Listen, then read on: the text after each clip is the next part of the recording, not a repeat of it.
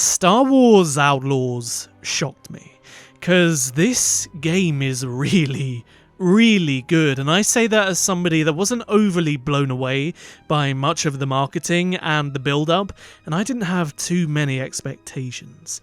I, like many people, am frustrated with the constant emphasis on the Galactic Civil War era of Star Wars, but the truth is, there wasn't a moment while playing Star Wars Outlaws where I wasn't enjoying myself. And most of my criticism of Star Wars Outlaws come from things that I wish were in the game versus the things that were in it.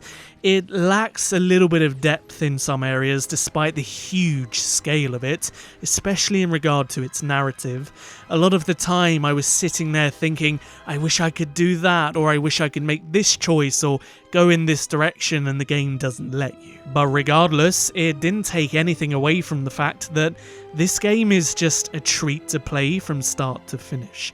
Whether that's flying through space, exploring the absolutely beautiful environments, getting into firefights with the Empire or Syndicates, there is so much to this game that even after 25 hours and finishing the story, it feels like I really haven't touched the surface of the things to see and the quests to go on. I also want to thank Ubisoft for sending me out a code early, and I will be reviewing the game for the PC. So without further ado, let's get into it. Oh, hello. Let's start with the gameplay of Star Wars Outlaws. Now, if you are a fan of Assassin's Creed, you are going to love this game, because this game is very much a blend of all of the modern Assassin's Creed games, and if you played those games, you can really feel the similarities in almost every facet of it. Outlaws is primarily set in 4 different locations: Tashara, Tatooine, Kijimi, and Akiva, and you can explore these planets freely as much as you like. However, some areas of the planets you do need to unlock certain things to be able to explore them freely. And throughout your journey on these planets, you're going to get into a lot of firefights, and thankfully the core gunplay is actually really fun and pretty smooth.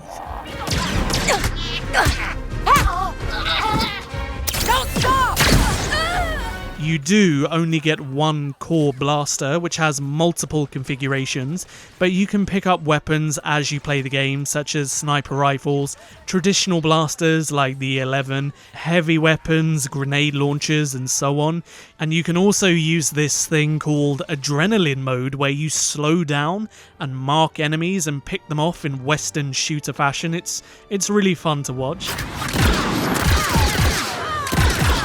And one thing that this game leans heavily on, which surprised me a little bit, was stealth.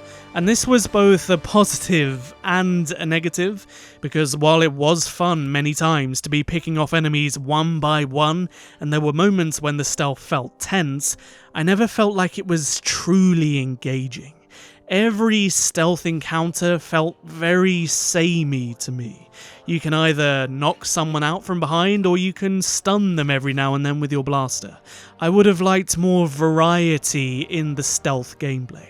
You can do things like sabotage explosive canisters, which genuinely felt pointless because if they went off you would get caught, and so the only real choice was to run past them or knock them out. There was no real way to set any significant traps, and the game doesn't really give you any kind of tools to approach stealth with, and so given just how important stealth is to the gameplay loop, in fact so many of the major sections of the game are stealth imperative, it just felt a little bit limited. Oh, right, I know. It's over.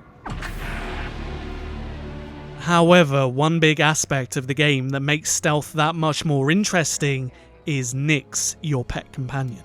Having AI companions in games can be annoying, but Nyx is genuinely perfect. He never gets in the way, he always has tools to help you, he helps you navigate the environment, he will protect you in combat, he will fight for you in combat, he's adorable, he is just wonderful. For example, you can be pinned down by enemy fire while low on health, and you can send Nyx out to collect Bacta vials or even heavy weapons and grenades to help you get out of a tricky situation.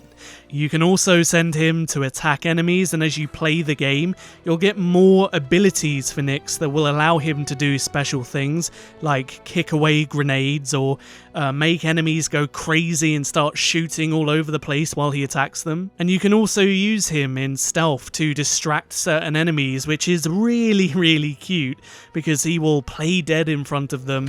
Time to distract them, Nyx. Stay off this channel. You're jamming the frequency. Hey, get that thing. Oh, and did I mention you can pet him all the time? In fact, you can basically pet every creature in this game, whether it's a bantha, a dewback. If you can find them, you can probably pet them. 10 out of 10. Now, the reason that I mentioned Assassin's Creed is because of the exploration and the questing systems. The game features a heavy emphasis on parkour, whether that is climbing around, jumping on things, swinging around, and while it isn't expansive as, say, Jedi Fallen Order or Survivor, it is still really fun. And on top of that, you are given a speeder in which to explore the open world, which is an absolute treat to drive around. The speeder is so much fun to use, it feels fast, the controls are tight, and because of how fun it was to use, I rarely felt any desire to fast travel because I wanted to use the speeder to get around because of how fun it was to drive. However, one thing I will say is that I was really disappointed that you could only have one type of speeder in the entire game when there are so many different types flying around you in the world. This was quite frustrating actually. You would see different kinds of speeder bikes in the speeder shops, you would see land speeders, and yet you could only use this one type of speeder. I really don't know why they limited that. The game also employs that traditional Ubisoft system of pinging your map with question marks if there's something nearby, which always means you're going off somewhere to explore some ruins or a cave or a village in need, and you can genuinely get lost with just how big this game is in scale. There is so much stuff to find, there are so many places to go, and in my 25 hours I explored very little compared to how much there was, even though I was trying to explore as much as I could. Now, as for the questing system, it works in Star Wars Outlaws pretty much identically to how it works in Assassin's Creed. And it's a shame a little bit because as limited as those were in Assassin's Creed, they haven't really been improved upon in Star Wars Outlaws. Basically, you just talk to somebody, go to this place, you kill some enemies, you steal something, and then you get your credits and your gear. And while there are some more important quests with fancy cutscenes in which you're given the illusion of choice, for example, side with that group or side with this group, there's really no consequence to any of those choices, and this is where the core of my issue lies with the whole game.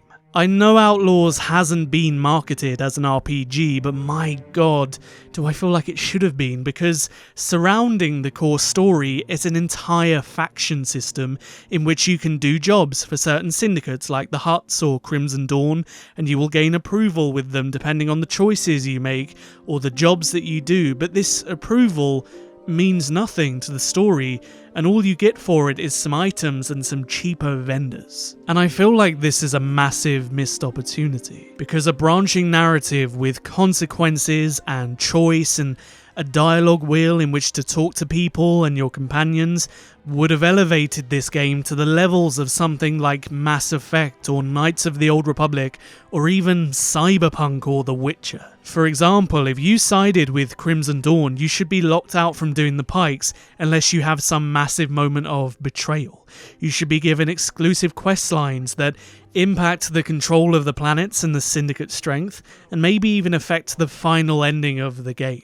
And it's like Star Wars Outlaws wants to give you RPG-like choices at times, but it doesn't want to be an RPG, so those choices don't really mean anything, which frustrated me to no end and is the biggest letdown of the entire game. I've had a long time to plan this, intruder.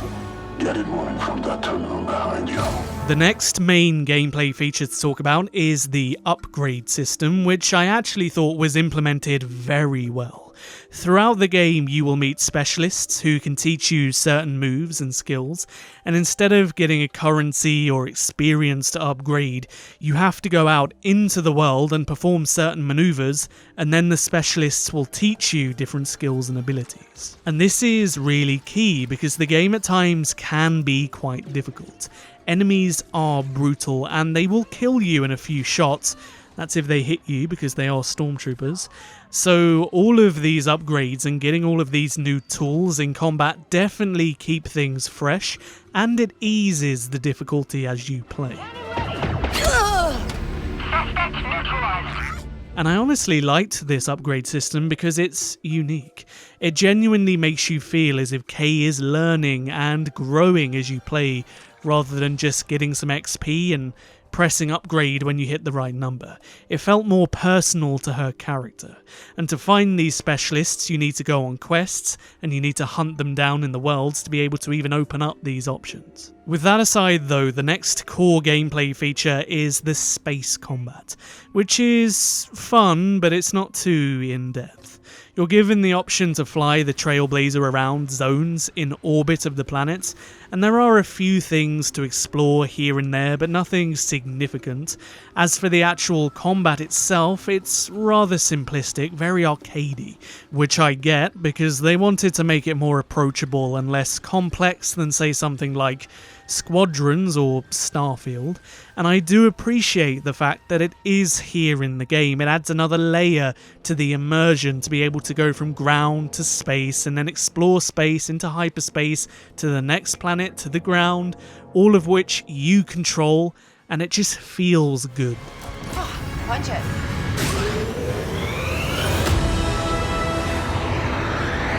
On top of that, you've got loads of mini games like arcade games, which are literal arcade machines in the game.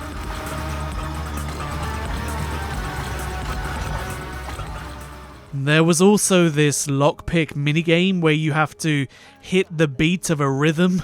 It is silly, but I really liked it for some reason. You've got speeder racing, you've got race betting, and of course Sabacc, which is basically Star Wars Outlaws' version of Gwent.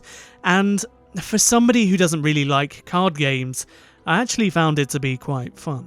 And I think this is helped by the presentation, because when you play, you are actually around the table with all of the other players who take their turns. You can see them rolling the dice, they check their cards, they get frustrated, they throw their cards down and such.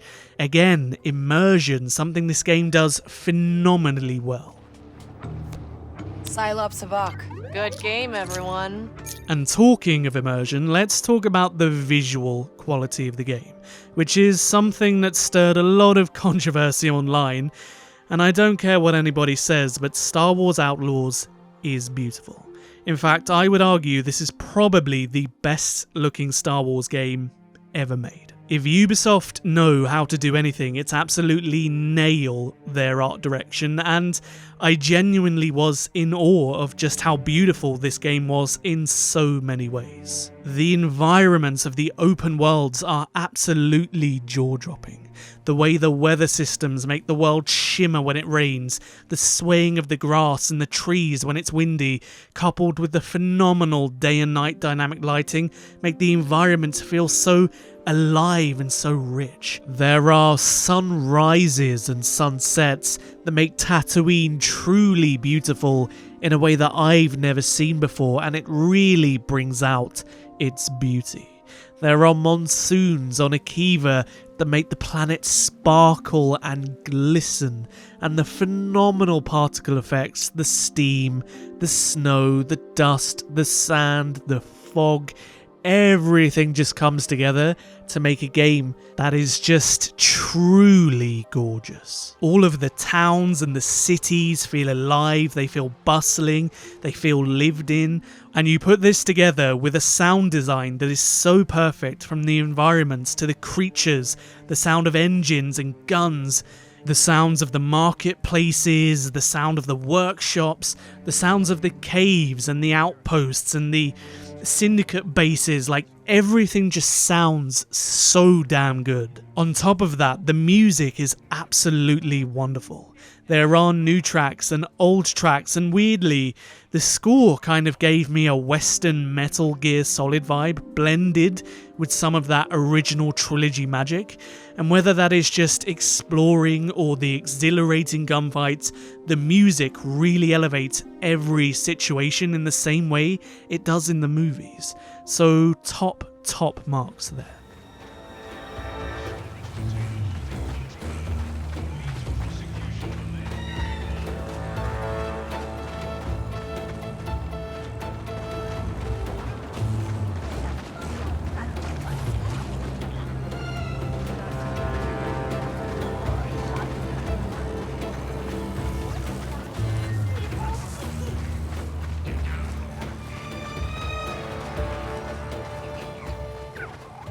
But there is one major thing that does let this game down visually, and that is the facial animations. They are completely flat. Now, they do look fine in cutscenes because they've been handcrafted, but in the open environment, when talking to NPCs, when talking to each other on the comms, the facial animations, and this is mainly attributed to human characters, were pretty atrocious. There is no expression in their eyebrows or their cheeks or their lips, and it really did feel like most of the time I was looking at a piece of wood. And it also doesn't help that a lot of the dialogue doesn't really sync with the characters' lip movements. About me and Kira, we didn't exactly leave things as friends. You don't need to be in the inner circle, Bess. Just get dealt into the game. Do this for me, and I'll show you a few tricks of the trade. Throw in some credits and you've got a deal.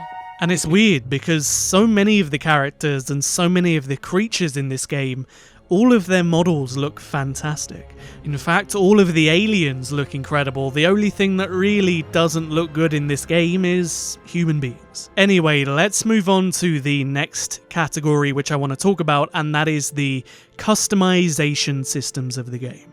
Now, there are some here, but they're not very in-depth, especially in regard to Kay. You do get to outfit her in new jackets and new trousers, some of which will have gameplay benefits and some of them won't. But unlike, say, Jedi Survivor, where you could change Cal's hairstyle, you could change all the little bits on his lightsaber, you can't really change anything about Kay herself or her blaster, which I think is a shame a little bit. I think it would have been nice if you could give Kay a hat on Kijimi where it's really cold, give her a new hairstyle for each of the different planets. Little things like that really help you connect to a character. And also you can customize Nix too, you can give him goggles or a bandana and loads of different things. It's really damn cute. And while there is also customization for the speeder, the trailblazer and the blaster, both visually and performance wise, there's nothing too in-depth. For example, with the blaster, you can change the skin and that's about it. You can also use different modules which turn it from like a typical one-shot blaster into more like a machine gun. With the speeder, you can change the colour and the trinket that sits on it, as well as the engine speed and its armour. And then the trailblazer is pretty similar in that you can change the colour of its engine lights and the colour of the hull, and you can also upgrade it with different types of turrets and shields. And you can do all this by collecting things in the world like scrap, and going to vendors to buy certain things, or going on quests, I think they're called intel in the game, and finding specific items, which gives you more of an incentive to explore the world to find stuff. But in regard to Kay specifically, I do feel like there should have been more. Whether that was hats, gloves, jewellery, necklaces, her hair, you name it. I do feel like there could have been a little bit more depth here than what we got. Now, I'm not going to go too much in depth on the story because there are a lot of moving pieces, but it is entertaining. The core narrative of Star Wars Outlaws is literally getting together a crew to go on a big heist, and I will give them huge credit because this game really doesn't rely on nostalgia. And this is a surprise because given that it's set between Empire Strikes Back and Return of the Jedi, you would think this game would be heavy on the nostalgia. but it really does stand on its own 2 feet and rely on its own narrative and its own plot and its own characters more than anything else. And in truth, many of the characters in this game are really good. For example, ND5, the BX Commando droid, is brilliant. Nyx has a wonderful dynamic with Kay, especially as the game moves forward.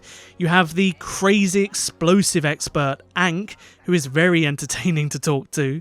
And this doesn't include all of the side characters that you meet during the Syndicate questlines, like Danka and even Kira from Solo, who I thought was very interesting in this game. But most importantly, as for Kay, the protagonist, she definitely grew on me as the game went on, because she starts to come out of her shell almost. And she definitely feels like that kind of Han Solo archetype of a wisecracking, lovable rogue who kind of got herself caught up in something a lot bigger than herself. 5. Run me a warm salt bath on your way over. One can't neglect the finer things. Uh-huh. And what happens when those pirates interrupt your bath? And there was this one small joke that she made on Akiva that was so perfectly human. Her reaction was something that I would say or you would say. It was so witty and it really cracked me up.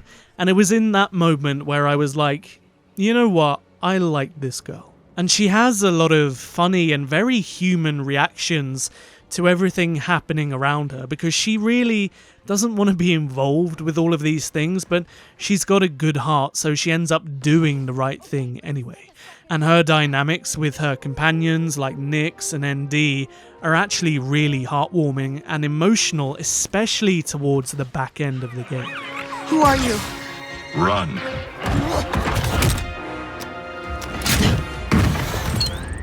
I said, run. And I'd say throughout the story, Kay does have a nice character arc, and I also think there are some themes in this game that are very engaging, one of them which delved into the humanity and the existence of droids and their relationships to humans, which I loved. But again, it's just held back by the fact that this game feels like a game where you should have a dialogue wheel like Mass Effect or Dragon Age or KOTOR, where you can speak to your crew, where you can learn about them and their past and their stories, and it's just not here.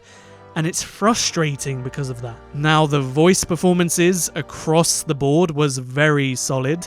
There were a few moments here and there where the dialogue was a little bit wooden, but nothing so much as to take me out of the experience, and I did like the story overall. I wouldn't say it was anything remarkable, but there were a lot of things to be enjoyed. There were some really fun and memorable moments, and there were some really emotionally driven story beats that I think worked really well, and I think fans will like. Now this is where we get to the more technical aspects of the game's performance.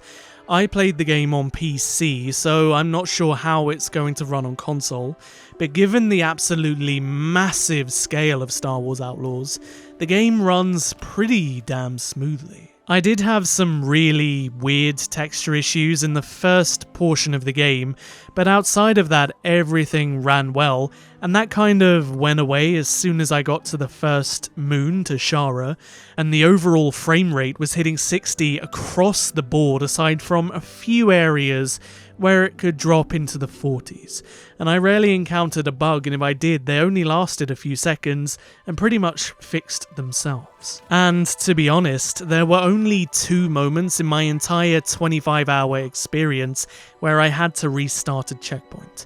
One of which was a quest which was completely broken, and this was actually the Jabba's Gambit quest, which I think is the pre-order bonus. Maybe that will be fixed on release, I don't know. And there was another time where I was just driving along peacefully in my speeder and I hit a wall and I got stuck in it. But the checkpoint system is very lenient, so I didn't lose any progress whatsoever. The game also didn't crash at any point whatsoever. There was no missing dialogue, and that's very impressive for an open world game.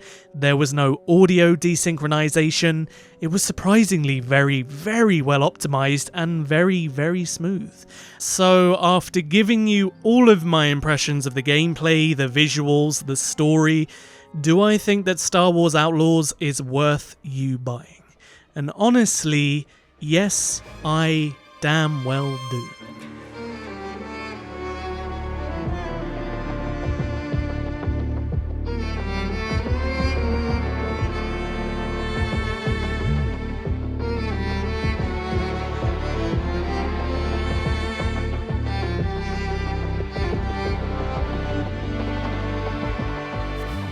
Now, I'm not going to sit here and justify the absolutely insane pricing plans they have for the game, but for the base game at normal AAA pricing, this is absolutely worth the cost. Star Wars Outlaws is brilliant, and while I do think there are missed opportunities and things I think really would have elevated the game to that next level, I had so much fun regardless and would absolutely recommend it to any Star Wars fan, because I think it's a game that every Star Wars fan should experience. This game is like a beautiful blend of Dark Forces, Jedi Survivor and Assassin's Creed, and it will really scratch that itch for so many of you that want a Star Wars game where you can just explore to your heart's content. And you know it's good when I actually enjoyed exploring Tatooine. I am so sick and tired of Tatooine being in every piece of Star Wars media, yet in Star Wars Outlaws I wanted to be on Tatooine more than any of the other planets, and that is saying something. Anyway, that is enough from me. If you enjoyed this review, don't forget to hit the like button. It helps me out so much. And if you haven't, perhaps consider subscribing to join my wonderful Star Wars community. And if you want some more awesome Star Wars content like this, you should check this video out. It's an in-depth review of a Star Wars remaster that released just a few weeks ago. I'll see you there.